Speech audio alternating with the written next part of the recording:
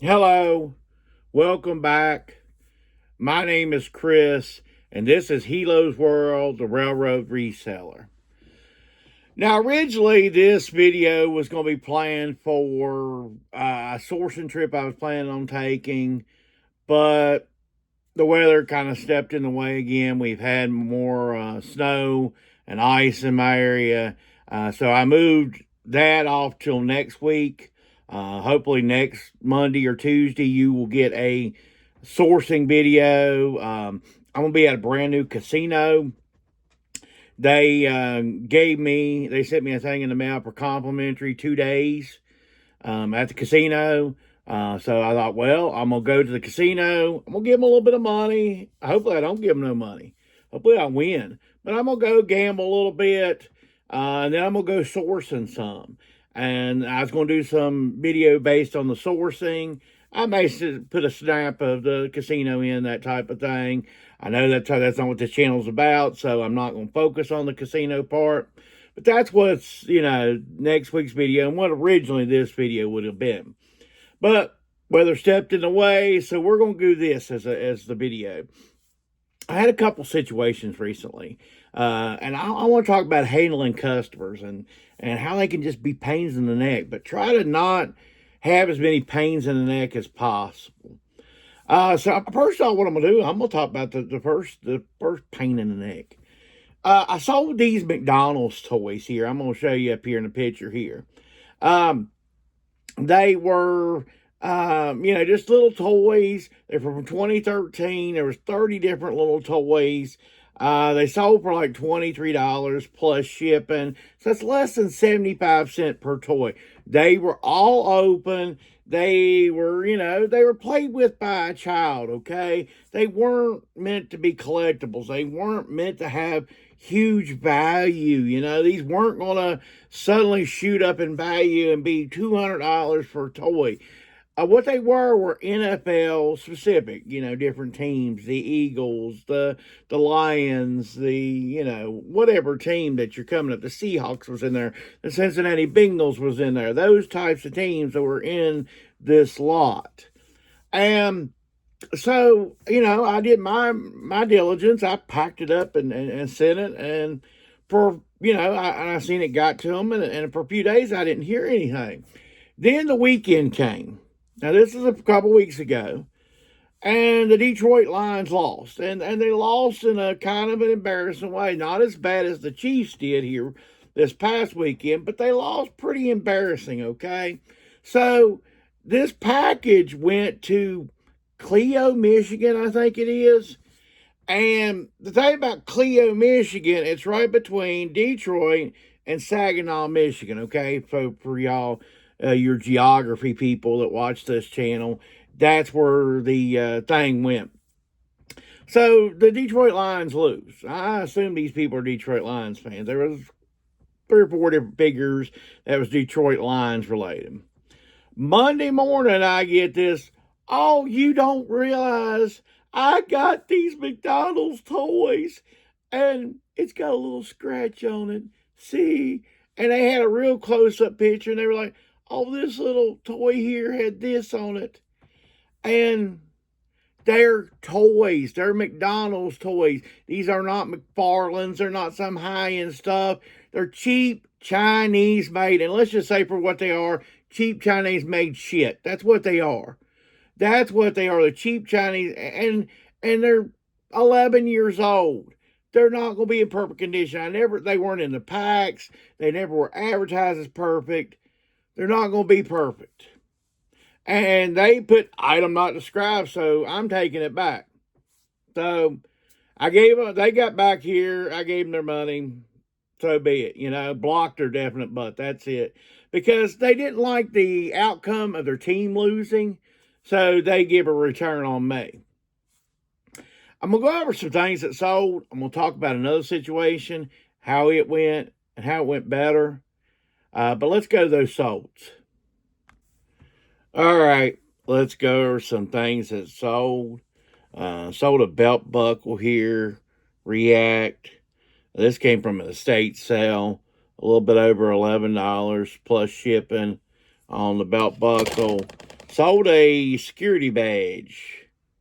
I got $8 plus shipping on the security badge. I got the security badge in a lot of belt buckles and stuff, not that lot where that other one just came from, but the security badges outsold the belt buckles pretty darn easy. So just be on the lookout maybe for security badges. Just make sure you put security badges. Don't put badges, like police type stuff. Gran Turismo 5, about $5 plus shipping. This was on a lot of games. This is why it was listed the way it was. I wouldn't list it any other way. $5 plus shipping. Super Galaxy Mario here, $11 and something plus shipping on the Super Galaxy Mario. Key and Peele, the complete series. $17 plus shipping on Key and Peele series. This is going to be fun. Sold a boombox. And I might take and attach the speakers and stuff to ship this. I'm not exactly sure how I'm going to do this right this minute. Anyway, sold it for $50 plus shipping on the boombox. A little $50 plus shipping. Sold Metallica here, took an offer. This was $1 buy at a yard sale. I got $12.50 plus shipping on the Metallica shirt. Sold this Steve Land shirt, nice and striped. Had it for a little while, but not a crazy amount of while. I think we got like $10 plus shipping on this Steve Land shirt.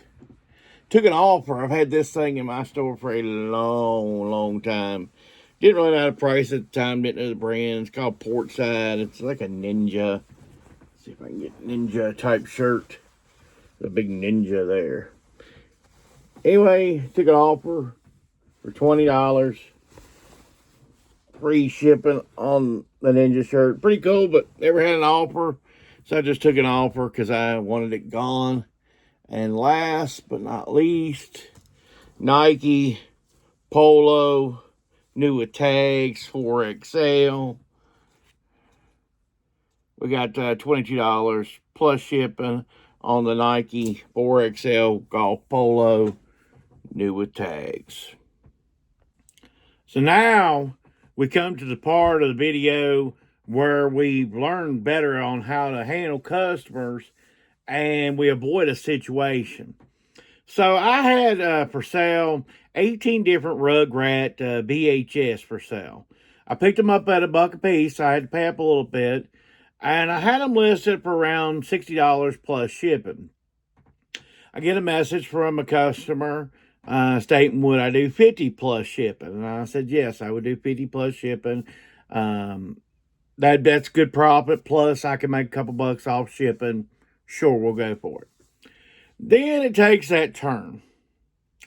Can I ask you about this? And they asked me about the covers and all that. They said mainly they'd be doing it for display. Yeah, the covers look fine. I said these probably belong to a kid, but for the most part, out of 18, the covers look pretty good. Then they said, I said, I didn't look at every cover once again on that. I said, I didn't look at every cover, but the ones I saw looked pretty good. Then it was like, do they have mold on them? And I said, the ones I looked at didn't have mold on them. Most likely these were around a VCR.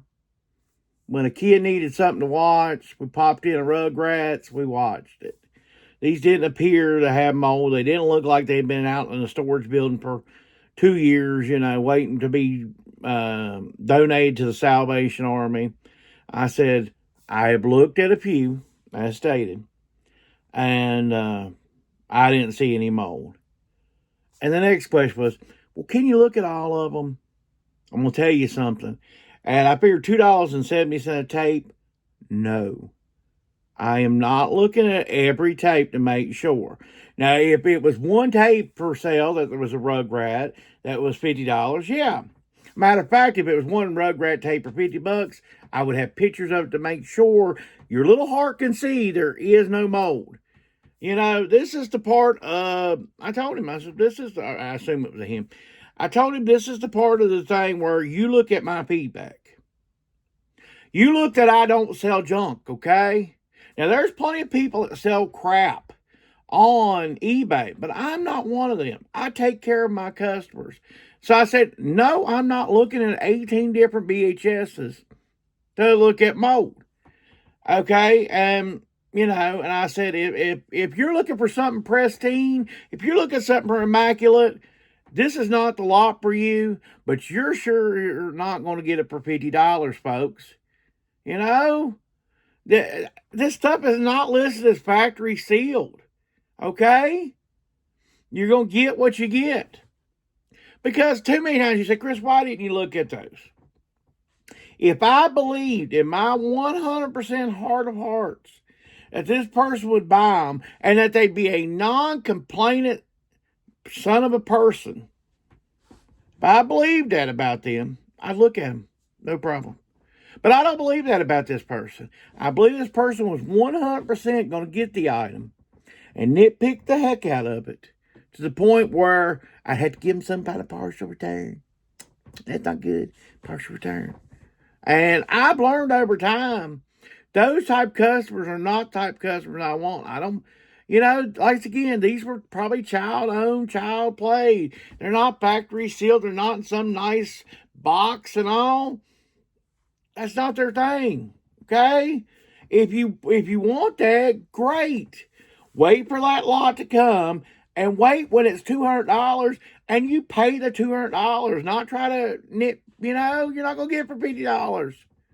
You get what you pay for. If you want a great lot, an immaculate lot, then pay up for that lot, okay? But you're not getting that lot here, okay? So, because a lot of times, too, these suckers ghost you. You do all the work or you do this, and all of a sudden you're ghosted and they don't buy. Week goes by and you're like, what happened to that guy that was going to buy those Rugrat VHSs? He never came through. And you're just like, all that time wasted looking through 18 VHSs to make sure they were all good. But there's a happy ending to this story. There's a happy ending. So 2 hours later, I'm driving to my parents to do the Super Bowl party. And I stopped for a minute for something, at a light or something. I heard ching. I was like, hey, what's that? I looked down. The Rugrats had sold. So when I got to my parents, I was kind of anxious there. Not just to see my parents. I was anxious to see who that sold to. And it sold to a different customer other than the butthole. And I was very happy that it had not sold to the butthole, because I didn't need that type of customer buying my items. And because I was willing to stand up for myself as a seller and say, no, I'm not looking at an 18 VHS so you can ghost me or nitpick me to death, I got a different buyer for that item. And hopefully that item won't get returned or ask for a partial refund. Which if they ask for a partial refund, I'm going to make them return it. Show you some more what sold, and then we'll wrap this thing up. All right, let's go over some things that sold. Sold this Peanuts Happiness little box book set here. $24 plus shipping on the Happiness thing. It was new sealed. Sold a pair of badges here. Now, these are not police badges. These are security badges. Got $16 and something plus shipped. Just make sure you list these as what they are. Security. Do not use. I didn't use officer. I didn't use police. I don't use any of that type of stuff in my listing. They sold. I didn't have any issues. Sold a belt buckle. This is from another lot. I've actually bought another lot of belt buckles, not nowhere near as big as the original one. Anyway, this is Knights of Columbus belt buckle here. It's new. About $9 plus shipping on that. Sold a DVD set here. Cedars Cove here. $14 plus shipping on the Cedars Cove here. Sold Stafford shirt here. It's a size 17 and a half, short sleeve, which I'm glad selling short sleeve in January. $9 and something plus shipping. Sold a pair of binoculars. Um, $17 and something plus shipping. This would have been a yard sale pickup. You know the interesting thing about this, I pointed this out to some people that also resell. This had 12 views in the last 24 hours before it sold. Once again, I believe when eBay really wants to sell your item, it can push the heck out of it. Because I've had this item now. Bought this back in July, so 6-7 months. And all of a sudden, in a 24-hour period, they give 12 views on it. I'm sure Bushnell all of a sudden just, oh man, we got to have Bushnell binoculars, you know. So, my final sale, I'm not going to pick it up. It's way too heavy right now because I got to pull with boxing and it's already sitting in the box. I sold a DVD VCR combo, Sony, with the remote. I think I got $70-some plus shipping on it. Pop the little thing up. You can look in solds if you really need to see it sold. But I'm just not going to pull with picking the box up, picking it up, showing you. It does have the remote. It does have the cords like I usually put with it. That was from, we did all that testing and stuff that Saturday when it was really cold and snowy. So that has really paid off, taking the time out to do that work. So in conclusion, the best thing is, to analyze your customers as they come through. One time when I was laid off from where I worked at Dish Network. You took phone calls all day, and generally I took about 60 phone calls. We were a technical support. I took about 60 phone calls a day. You take that 5 days a week, that's 300 phone calls a week. Did it for about 10 or 11 months. So you can do the math there to see how many phone calls I took. But what I learned is you gauge your customers. And it really helps you how to treat customers. I've worked retail before too. So there's a difference in the way you treat a customer when you're face-to-face with a customer and when you treat them and they're long distance from you. Because they'll treat you different.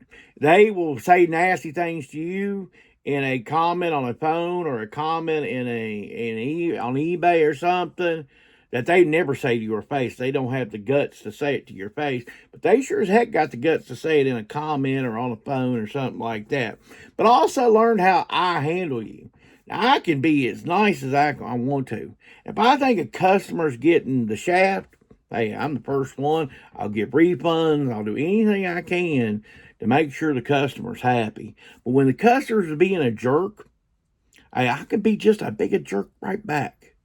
I don't need you. I really don't. And the eBay system is 180 million customers. Somebody else will buy your item. And that may sound like, boy, that's not the type of advice I want to follow.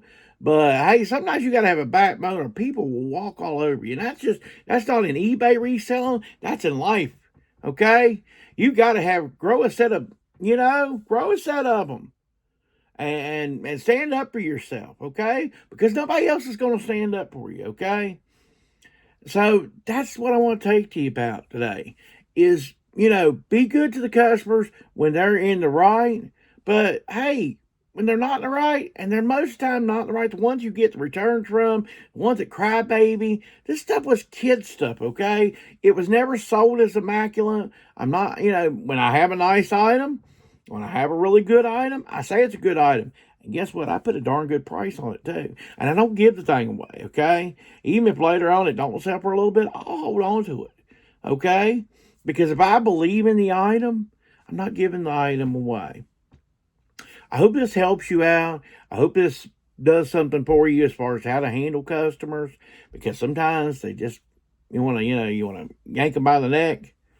I appreciate you watching. I had to take a little break there. Sometimes I don't have really fresh content that comes to me. It's working a lot of long hours. The sales were decent considering late January into early February. So, hey, I'm not complaining about that. There's only so much time in a day. Thanks for sticking with me. Subscribe to the channel. Why wouldn't you subscribe? I don't ever ask for anything else from you, but you just subscribe, to comment below. What kind of jerk customers have you had before? Tell me your worst story. And have a great week. I'll see you from a casino. How can that not be better?